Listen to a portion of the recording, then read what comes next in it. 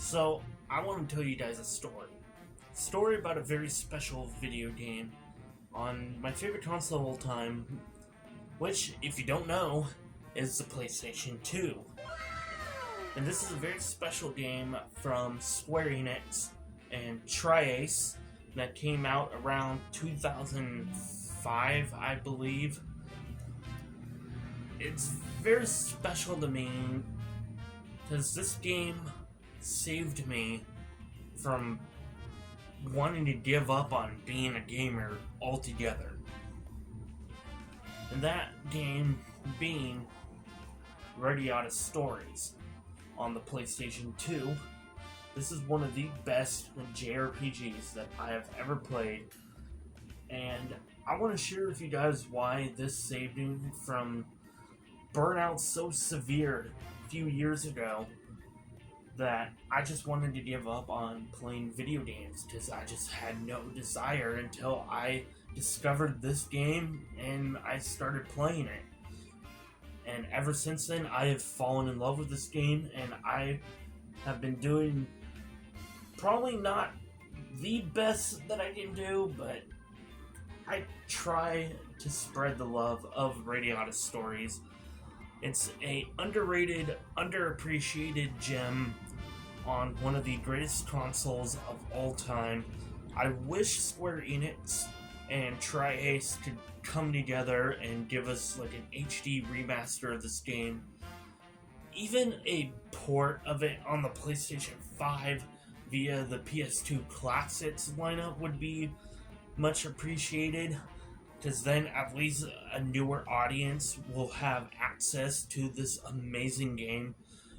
There's something about it that made it very unique, but before I go into that, I want to share a brief history of the game before I share my history with this game and what made me fall in love with it so much that it reignited my love for RPGs and video games as a whole. So with that, I hope you guys will enjoy this video, and you can let me know by smashing that like button, subscribe, and ring that notification bell if you love JRPGs and other video games, both old and new, and anything else nerd like mecha and anime and sci-fi and other things that I will be more than happy to talk about here on this channel. So let's dive into what made Radiata Stories so amazing. So on January 27th, 2025, out in Japan, released from Square Enix and Tri-Ace, directed by Naoki Aoyama, I believe that's how you pronounce his name. We got an amazing action role-playing game called Radiata Stories, which centers around this buckling young lad named Jack Russell, who dreams of becoming a Radiata Knight in the kingdom of Radiata. So he goes to the tryouts and winds up flat on his ass, ends up failing the exams, but because of his name alone, him being the son of a legendary hero in the kingdom of Radiata, he manages to squeak by and joins the Radiata Knights, and is placed in the Rose Crochon Brigade under the command of Gans Rothschild, who is the son of another legendary hero who ended up going missing, and his eternal rival Ridley Silverlake also happens to be in this brigade with him. And thus begins the journey of Jack as a Radiata Knight. And on one mission, shit hits the fan, and Ridley winds up losing her life in front of a bunch of elves. She was attacked by a blood orc, and the elves use an ancient ritual that allows Ridley to come back to life. by sacrificing the life force of one of the elves. And it's the elf that performed the ritual that gets sacrificed in order for Ridley to be alive.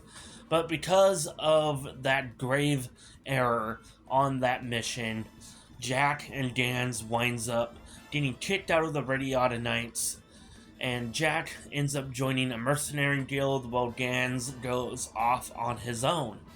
And then one fateful day, Ridley shows up out of nowhere at Jack's place and delivers him a message where you wind up choosing either to stay in Radiata or joining Ridley as she joins forces with the non-humans, which are like the fairies, the goblins, the orcs, and the dwarves, and all that.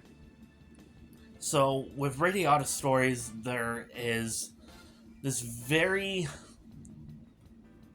unique mechanic in the game where you kick anything and everything, and that was like one of the most funniest and most like awesome things that I have ever experienced in an RPG. Not only that, but having like the split story path was also amazing. My first time around, I went with the non-human path, so I ended up joining the fairy creatures and Ridley in order to stop the world from utter destruction from this evil black dragon guy who you never really see coming until like towards the end of the game. Which is kind of crazy because this game doesn't really take itself too seriously at all. But there are moments where it does get very serious. Like the whole world coming to an end is something you do not want to take lightly at all.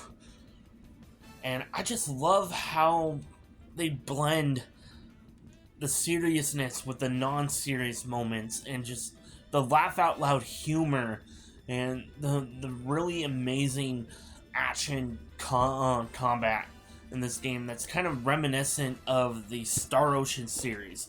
It might seem basic at first, but once you get the handle of it, it is a lot of fun because each and every single character in this game can be recruitable, and they all live on a day-night cycle, and some characters you can't recruit unless you are at a certain point in the game at a certain time during the day or at night.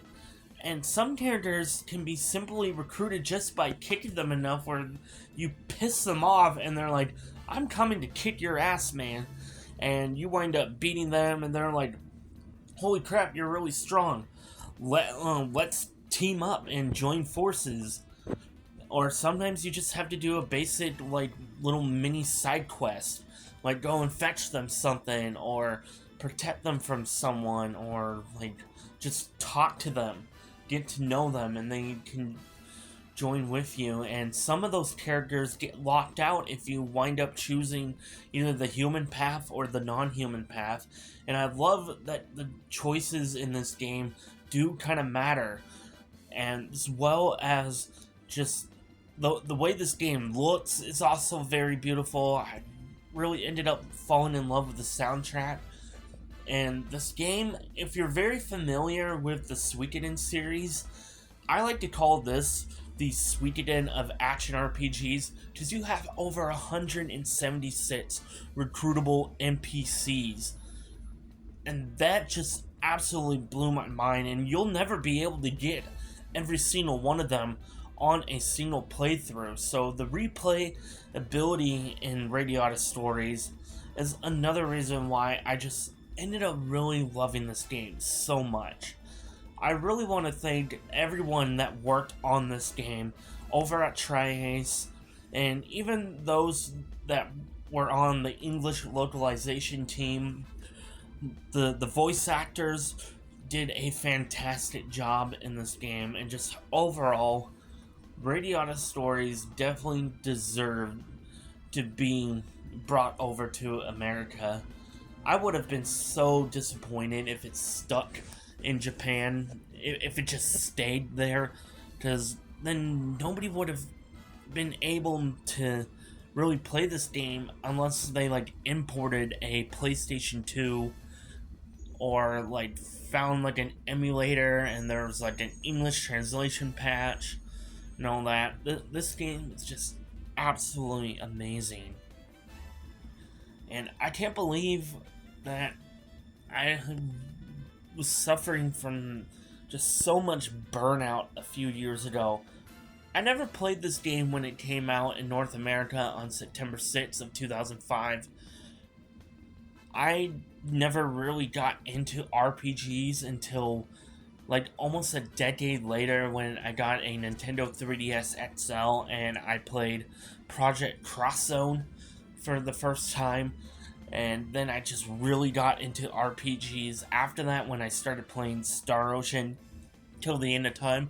Another game that came out from Square Enix and Tri-Ace just a couple years before Radiata Stories. And I want to thank Square Enix and Tri-Ace because if it weren't for them, I probably would have never fell in love with action RPGs, and I would have never discovered Radiata Stories, and Radiata Stories probably would have never saved me from giving up on playing video games and just wind up sticking to some other hobby, and I probably would have been bored because I would have missed out on a lot of great games that came out after I played Radiata Stories, like a Dragon Infinite Wealth, one of my favorite turn-based RPGs on the PlayStation 5, or Final Fantasy 16, or the 7 Remake trilogy with Remake and Rebirth. So I just have a lot to thank for Square Enix and Tri-Ace and Radiata Stories and Star Ocean. And this game is just... it's truly one of a kind. I don't think I've ever come across another game quite like it. With that kicking mechanic, which is like very unique. Because you can find some really valuable and like highly usable items in this game. You're even able to find like an outfit just from like kicking a certain spot that will make Jack Russell look like the main character from Star Ocean 3, whose name is Fate Line God. But overall, I don't think I can talk enough about Radiata Stories. There's just...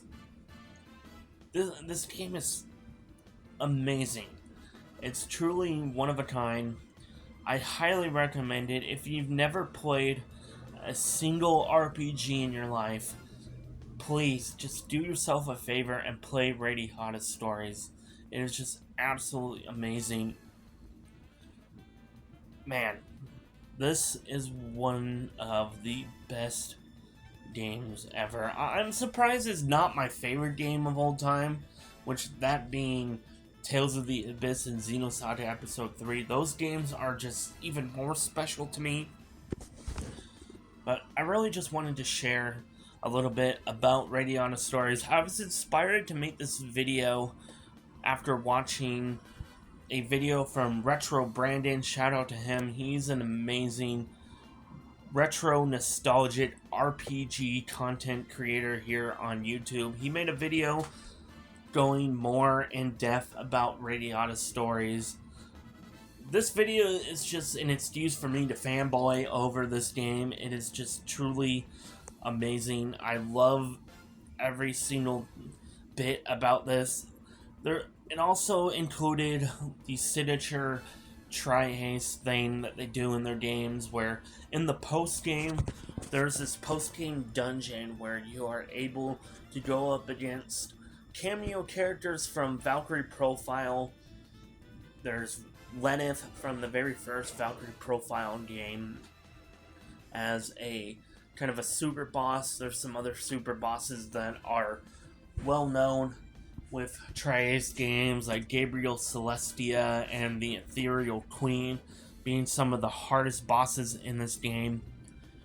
And I have yet to tackle the bonus dungeon I am planning on doing that here soon. I'm also started doing another playthrough of this game. Since I went with the non-human path the first time, I want to go with the human path because there's a different story to the human path than there is with the non-human path. You get to see some different events, so I can't wait to check that out. I also really hope that Square Enix will revive Radiata. I feel like they could probably give us a sequel, if not an HD remaster or like a full-on remake would be well appreciated. That way more people can play Radiata Stories. It is just one of those games that is just a unique experience. I love what was going on during the PS2 era with Square and Tri. The games that they put out were just absolutely fantastic. I loved Star Ocean 3. I really enjoyed what I played of Valkyrie Profile 2, which is another game that they put out during that time period, which I have yet to finish, and I will probably get to that game at some point and play through it.